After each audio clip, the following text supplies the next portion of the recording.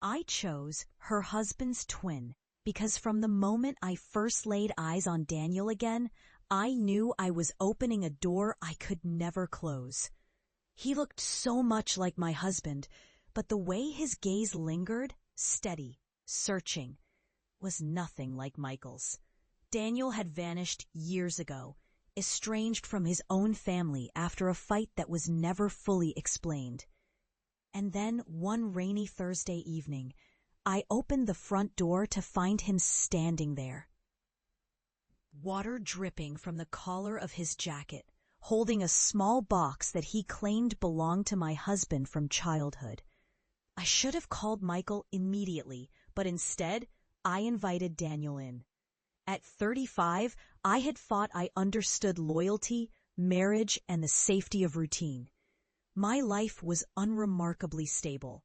I managed a small art gallery, curled up most nights with books instead of excitement, and kept friendships polite and shallow.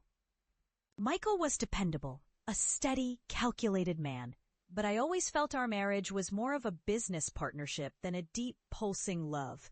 We shared dinners, joint accounts, and an unspoken agreement to avoid confronting the gaps in our affection. Then Daniel arrived. His presence was an earthquake to my carefully constructed world. The betrayal that shattered the last piece of my marital peace came just weeks before Daniel's return. I had suspected Michael was hiding something, but when I found messages on his phone from a coworker, sweet words, inside jokes, plans for a weekend trip without me, I felt my stomach cave in. I confronted him. He dismissed my feelings as paranoia. That dismissal was worse than the affair itself. It made me feel invisible. One evening, while carrying laundry upstairs, I noticed Daniel leaning against the banister, watching me like he wanted to read every thought on my face. My heartbeat stuttered. His smile was small and almost apologetic, like he knew he shouldn't be standing there, shouldn't be looking at me like that. But the air between us felt charged, thick, almost electric. The metallic tang of my own tears still lingered on my tongue from the night before, when I cried alone in bed, staring at the crack in the ceiling. The gallery felt emptier now, my footsteps echoing against the painted floors, as if each sound reminded me what was missing. In those moments, Daniel became the shadow I could not shake. He cooked breakfast one morning for both of us before Michael left for work early, and while the coffee brewed, he touched my wrist briefly, so brief I could have imagined it, but I felt it like wildfire. He was reckless in a way Michael never was. There was softness under his rough exterior, and something about him carried the weight of grief I could sense without him saying a word. That grief pulled me closer. Nights were harder now.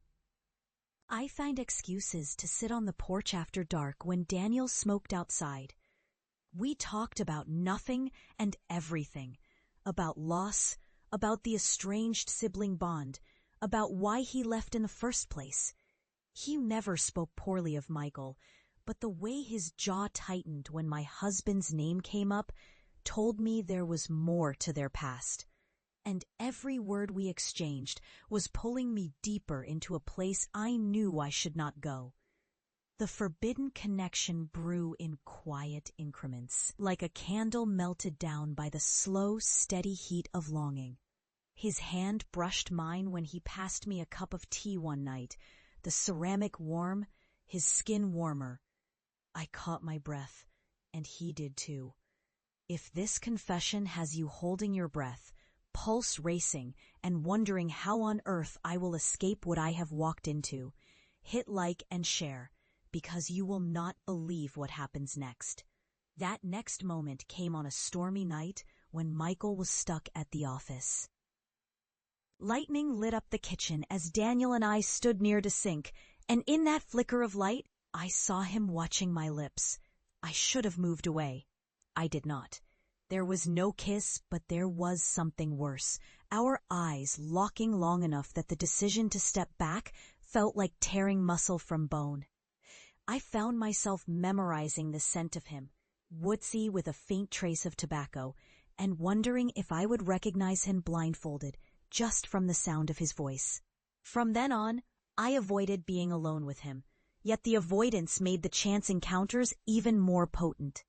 My grief over Michael's betrayal transformed into something stranger, a raw hunger to be seen, to be wanted in ways my marriage never offered.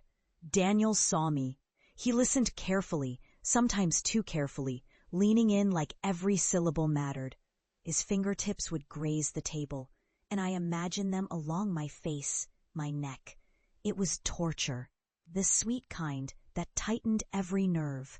I began to paint again, something I had abandoned in our 3rd year of marriage. Daniel asked about my work, and one evening he stepped into my studio to look. He stood inches away, observing the heavy brush strokes on the canvas. When he whispered, "It's beautiful, you're beautiful," something broke inside me, both a wound and a release.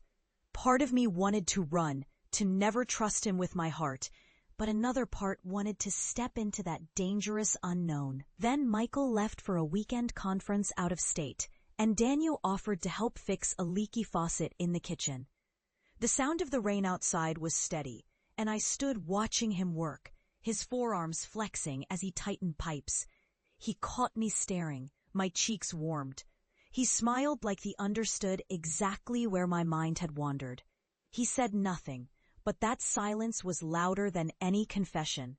When the faucet stopped dripping, we stood just a foot apart, neither moving.